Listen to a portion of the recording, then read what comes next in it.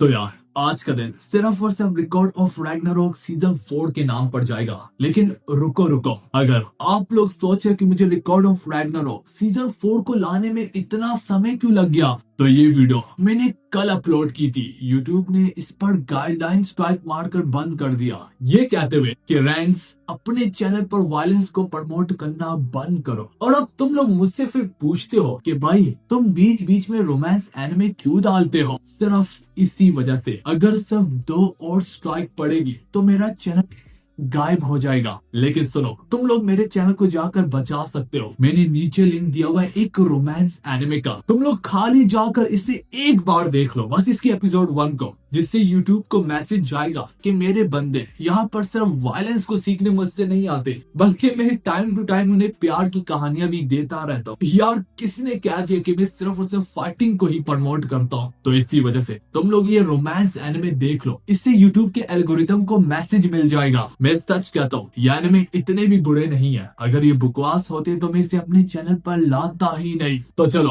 अपने सीजन 4 की शुरुआत करते हैं। हमारी सीजन 4 की शुरुआत वहीं से होती है जहाँ पर बनिल्डा काफी ज्यादा सहमी सी होती है, घबराई सी होती है कि हमारा अगला फाइटर कौन होने वाला है। उन्हें एक ऐसा फाइटर चाहिए जो एब्सोल्यूट मायने में उनके लिए विक्ट्री को लेकर आए। इससे पहले वो अपनी परेशानी के दरिया के अंदर डूब भी जाती कि इसी समय यहाँ पर ओकिटा सोजी प्रकट होता है मियामोटो मुसाशी के साथ। यहाँ पर ओकिटा अपनी तलवार को निकालते हुए कहता है, अगर तुम एब्सोल्यूट विक्ट्री चाहती हो तो मुझ पर अपनी अपनी उम्मीदें लगा बैठो। मैं एक ऐसे दौर से बिलोंग करता हूँ जहाँ लोग बातें भी सिर्फ तलवारों की नोक के दम पर करते थे। मैं शिनसेंगुमी फर्स्ट डिवीजन कैप्टन हूँ। वो यहाँ पर वादा करता है बुनिल्डा से एब्सोल्यूट विक्ट्री का, और वो कसम उठाकर कहता है अपने वादे पर कि ये सरजमीन गवाह है, ये आसमान गवाह है कि मैंने जब भी कोई वादा लिया है उसे हर हालत में पूरा किया है। तो इसी के दम पर इंसानों की तरफ से ओकिटा सोजी लड़ेगा। तो वहीं पर कहानी पलट के वालहला एरिना की मीटिंग रूम में जाती है जहां पर रैग्नारोक के सारे गॉड मौजूद होते हैं। उधर ही लोकी यहाँ पर शिवा को चिढ़ाने की कोशिश करता है। वो उसके नाम को बिगाड़ते हुए कहता है, ओए शिवी, हालांकि तुम अभी अभी हॉस्पिटल से डिस्चार्ज होकर आए, लेकिन तुम्हारी हालत अभी भी ऐसी लग रही है कि तुम्हें जैसे कि किसी ने दीवार से टक्करे दी हो। शिवा यहाँ पर अंगाड़ियां लेते हुए कहता है, मुझ में अभी भी इतनी ताकत है कि मैं तुझ जैसे 2-4 को तो गिरा ही सकता हूँ। वैसे लोकी एक बात तो बता, आखिर तुम किससे लड़ने वाले हो? लोकी उसका जवाब नहीं देता, बल्कि शिवा को और टीज करने की कोशिश करता है कि इससे पहले पहले उसका मुंह बोला बाप ओदन कहता है, लोकी बहुत हुआ। एरीज आगे कहता है कि मान लिया यहाँ पर वालहला को समेटने के लिए हर बेहतर से बेहतर गॉड मौजूद है, लेकिन क्या मुझे कोई बता सकता है कि अपोलो और बेल्जीबॉब अभी तक क्यों नहीं आए? जूस कहता है कि अपोलो तो हॉस्पिटल में है, और जहाँ तक बेल्जीबॉब की बात है, तुम्हें तो पता है कि वो लोगों से अकेला रहना ही पसंद करता है। शिवा जूस से सहमत होकर कहता है, ओए बुड्ढे,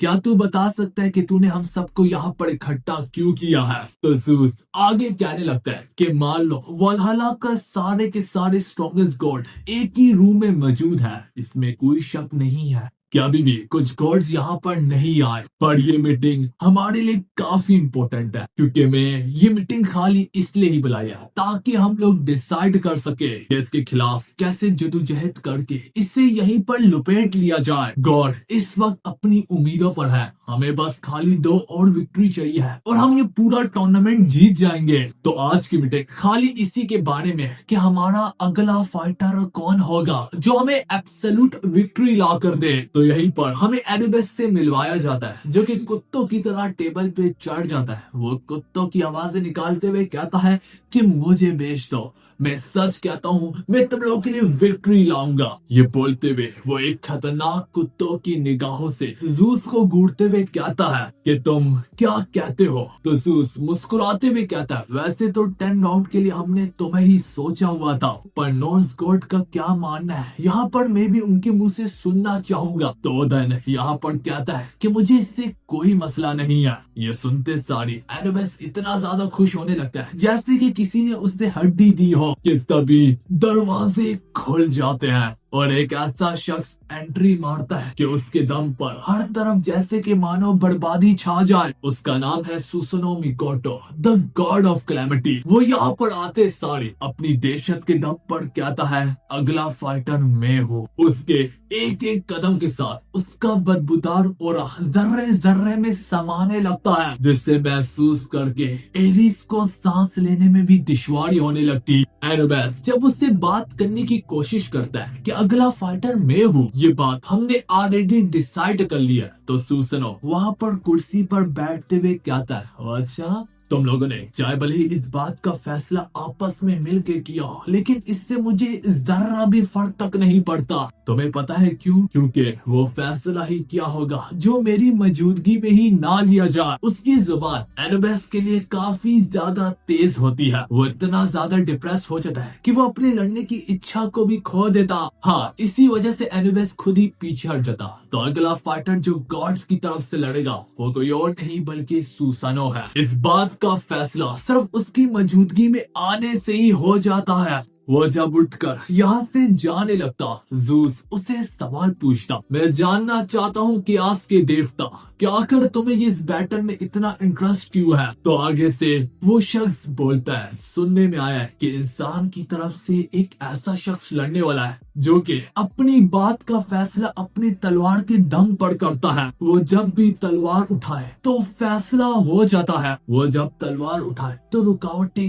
कट जाती है, और वो जब तलवार को ले रहा है तो रास्ते खुल जाते हैं। उसका नाम है ओकिटा सूजी। हर्मीस हिरांगी जताते हुए कहता है, एक मिनट, आखिर तुम्हें कैसे पता कि इंसानों की तरफ से ओकिटा लड़ रहा है? हर्मीस अंदर एंट्री मारते हुए कहता है, ओ मैं माफी चाहता हूँ, दरअसल मैंने ही उसको बताया है। इसके बाद सुसनो अपने चंद कदमों को आगे बढ़ाते हुए कहता है, अगर इंसान अपना सबसे स्ट्रॉन्गेस्ट मैन स्लेयर का इस्तेमाल करना चाहते हैं तो उसका पाला सबसे स्ट्रॉन्गेस्ट गॉड स्लेयर से होना चाहिए, मतलब कि मैं। हाँ दोस्तों, ओकिटा वो शख्स है जिसकी तलवार के तले काफी इंसान मरे हैं, और सुसनो वो शख्स है जिसकी तलवार के तले काफी गॉड्स मरे हैं। इसी वजह से तो सुसनो अपनी तलवार की कलाकारी ओकिटा के खिलाफ आजमाना चाहता है। दोस्तों, इससे पहले हम वीडियो की गहराइयों में समा भी जाए, मैं कहूँगा अगर आप लोगों ने हाइप बटन नहीं दबाया तो दबा दो, और जितने ज्यादा लाइक और कमेंट कर सकते हो कर दो। इससे मुझे मोटिवेशन मिलेगी और बदले में आपको वीडियो मिलेगी।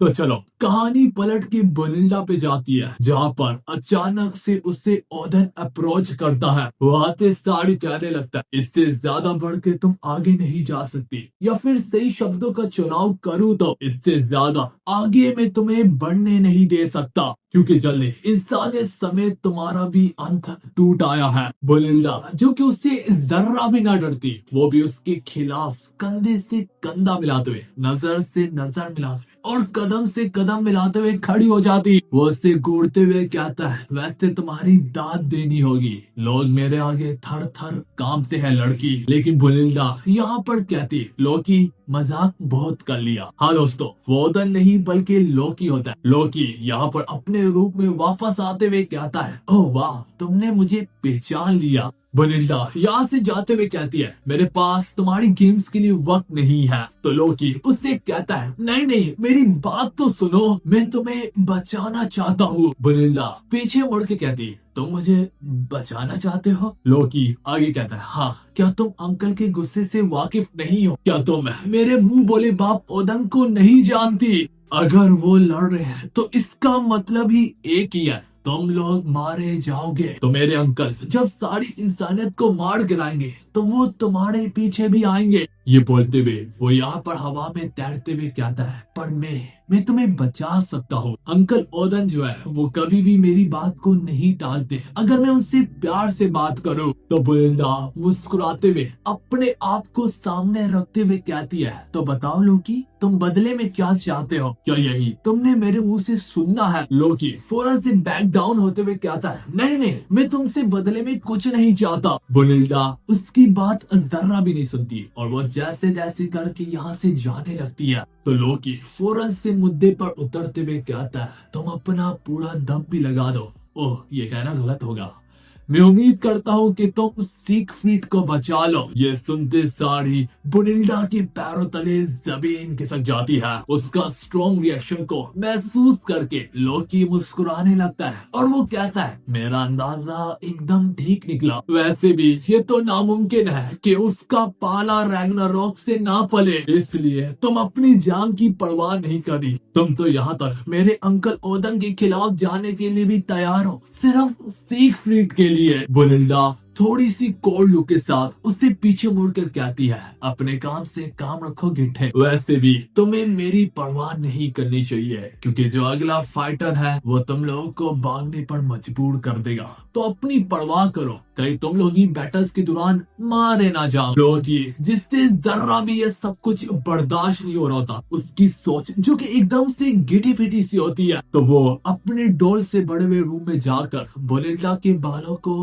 कंघी करने लगता है। हाँ दोस्तों, वो बुनिल्डा की डॉल होती है, वो उससे काफी प्यार कर रहा होता है और वो कहता है, काश कि तुम मुझे भी उस तरह से देख पाती जिस तरह से तुम सिगफ्रीड को देखती हो। काश कि तुम मुझसे भी उस तरह से प्यार कर पाती जैसे कि तुम सिगफ्रीड से करती हो। काश मैं भी इतना काबिल होता कि मैं तुम्हारे दिल में रह पाता। हाय मेरी काश, हाय मेरी काश। वहीं पर कहानी पलट के ओदन, बुद्धा और बेल्ज़ेबूब पर जाती, जहाँ पे बेल्ज़ेबूब आते सारी ओदन के इतने जानलेवा वार को मिड एयर में ही रोक देता है और वो आते सारी कहता है, मुझे पता है तुम क्या करना चाह रहे हो, तुम पिरामिडल गॉड को वापस से जिंदा करना चाहते हो। ये सुनकर बुद्धा के पैरों तले जमीन खिसक जाती। एक लम्हे पहले वो यहाँ पर इस सब को एंजॉय कर रहा था, पर जबकि उसे अब मालूम पड़ चुका है कि ओदन क्या करना चाह रहा है, उससे अपनी आंखों और कानों पर यकीन नहीं आ रहा होता। दोस्तों, पिरामिडल गॉड वो गॉड है जिन्होंने इस यूनिवर्स को शेप दी है, जिनसे सब कुछ शुरू होता है। उन्होंने ही आगे चल के ज़ूस जैसे स्ट्रॉन्ग गॉड्स को जन्म दिया। इसके लिए ओदन अपनी बॉडी को सेक्रीफाइस करने के लिए भी तैयार है। और अब ओदन अपने शोलों से उभरते हुए कहता है, अब तो तुम लोग यहाँ से नहीं जा सकते। कहानी एरिना पे जाती है, जहाँ पर हम देख पाते हैं पूरी एरिना को एंशिएंट जापान के बाकुमात्सु एरा में चेंज कर दिया होता है। दोस्तों, ये वो दौर है, ये उस एरा की रेनोवेशन की गई है, जहाँ पर इंसान एक वक्त में बातें भी तलवार के दम पर करता था, जहाँ पर कच्चे लोहे आपस में टकराते थे और सिर्फ एक ही शख्स जिंदा बच के बाहर निकलता था। उस वक्त लाशें सिर्फ पत्तियों की तरह गिरा करती थी। यूं ही हेमडाल अपने सुर के थ्रू अनाउंसमेंट करने लगता है, दोस्तों दिल थाम कर बैठ जाओ, क्योंकि अब वो घड़ी हम सबके सरों पे टूट आई है। आज इंसान अपने आप को नर्वस पा रहे, इंसान अपनी नाजुक जड़ों से हिले हुए है, क्योंकि स्कोर है 5/4। ये स्कोर इंसानों की नींदें हराम करने के लिए काफी है। जहाँ पर रैग्नारोक का अंत बिल्कुल कोने पर है, वहीं पर इंसानियत उससे पहले ही वजूद से मिटने को जा रही है। जहाँ पर देवता जीत के उस दलीज पर खड़े हुए हैं और इंसान अपनी मौत के उस किनारे पर मौजूद है, जहाँ से सिर्फ उनका मिट जाना ही बाकी है। दो और बैटल बस गॉड्स के जीतना ही बाकी है, जिसके दम पर इंसानियत का नाम मिट्टी में मिल जाएगा। देवता अपने जीतने की उम्मीद पर है, तो उस उम्मीद पर पूरा पूरा आ उतरने के लिए एक ऐसा देवता खुद ही चलकर यहाँ पर आया है, जो कि इंसानों को हमेशा के लिए खत्म कर देगा, जिसने यहाँ तक खुद ही ये रिक्वेस्ट की थी कि आज के दिन को बोकुमात्सु एरा में चेंज कर दो। तो दोस्तों, मैं माफी चाहता हूँ, इसके लिए मैंने नरेशन का इस्तेमाल नहीं किया जैसे कि मैं करता होता। तो चलो इसको भी शब्द दे देता हूँ। इंसानों को हमेशा के लिए खत्म करने के लिए खुद एक देवता ने मैदान को बदलने की जिद की है। देखो, वालहल्ला का सबसे खतरनाक तलवारबाज मैदान में उतर चुका है, जिसका नाम ही उसकी पहचान है। उसका नाम है सुसानो मिकाटो। ये वो गॉड है जिसने ना कि सब इंसानियत को बल्कि यहाँ तक गॉड्स को भी सिखाया है कि तलवार अपने हाथों में कैसे थामते हैं। सदियों पहले जब इसने 8 सिरों वाले उस दरिंदे सांप को मौत के घाट उतारा, जिसका नाम था यामाता नो ओरोची, तब ही तो कहीं जाकर पूरी दुनिया ने उसके लोहे को माना, उसकी तलवार की कलाकारी को माना। तो इसी के दम पर आज आसमान और जमीन थर थर कांप रही है, क्योंकि तलवार का मालिक तलवार का देवता खुद ही अपनी तलवार के दाव को आजमाने के लिए इस जमीन पर उतर चुका है, मगर रुकेगा क्योंकि जो इंसान उसके खिलाफ लड़ रहा है वो भी किसी से कम नहीं है। चाहे भले ही सूसोने ने आसमान और जमीन को कांपने पर मजबूर कर दिया, लेकिन मौत सिर्फ एक ही शख्स से डरती है। क्योंकि मैं फिर कहूंगा, सामने जो बंदा है वो कोई बंदा नहीं है, बल्कि वो शख्स है जिसने अपने हर एक पल पल को, जिसने अपनी हर एक सांस को तलवार की दाढ़ की तरह ही शार्प कर रखा है। वो जाना जाता है अपनी तलवार की कलाकारी के दम पर। उसका नाम है ओकिता सोजी, जिसने बाकुमात्सु एरा की हर एक सामुराई की नींदों को हराम कर दिया, उन्हें आंखें खोलकर सोने पर मजबूर कर दिया, उन्हें बार बार अपनी पीठ पीछे मुड़कर देखने पर मजबूर कर दिया, उन्हें बार बार ये सवाल उठाने पर मजबूर कर दिया कि क्या उनकी जान एक देवता के हाथ में है या फिर इस इंसान के हाथ में है। ये वो बंदा है जिसने बाकुमात्सु एरा को खोखला कर दिया, जिसने बाकुमात्सु एरा की कपड़ को तोड़ दिया, जिसके दम पर बाकुमात्सु एरा खुद जाना जाता है। इसकी एक मुस्कुराहट भी काफी है मौत से ही तोड़ने के लिए, क्योंकि ये लड़ता नहीं है बल्कि नष्ट करता है। वो जिस तरीके से मौत को झुठलाता था, ये सवाल तो रेज होता था, क्या वो डेविल है? नहीं। क्या वो एंजल है? नहीं। क्या वो गॉड है? नहीं नहीं नहीं। वो सिर्फ एक इंसान है। इसी तरह दोनों स्वॉर्ड बीटर्स एक दूसरे के सामने जाकर खड़े हो जाते हैं और यहाँ से शुरू होती है राउंड 10 की शुरुआत। पर इस शुरुआत के साथ ही हमारी एपिसोड अपने अंत को हिट करती है।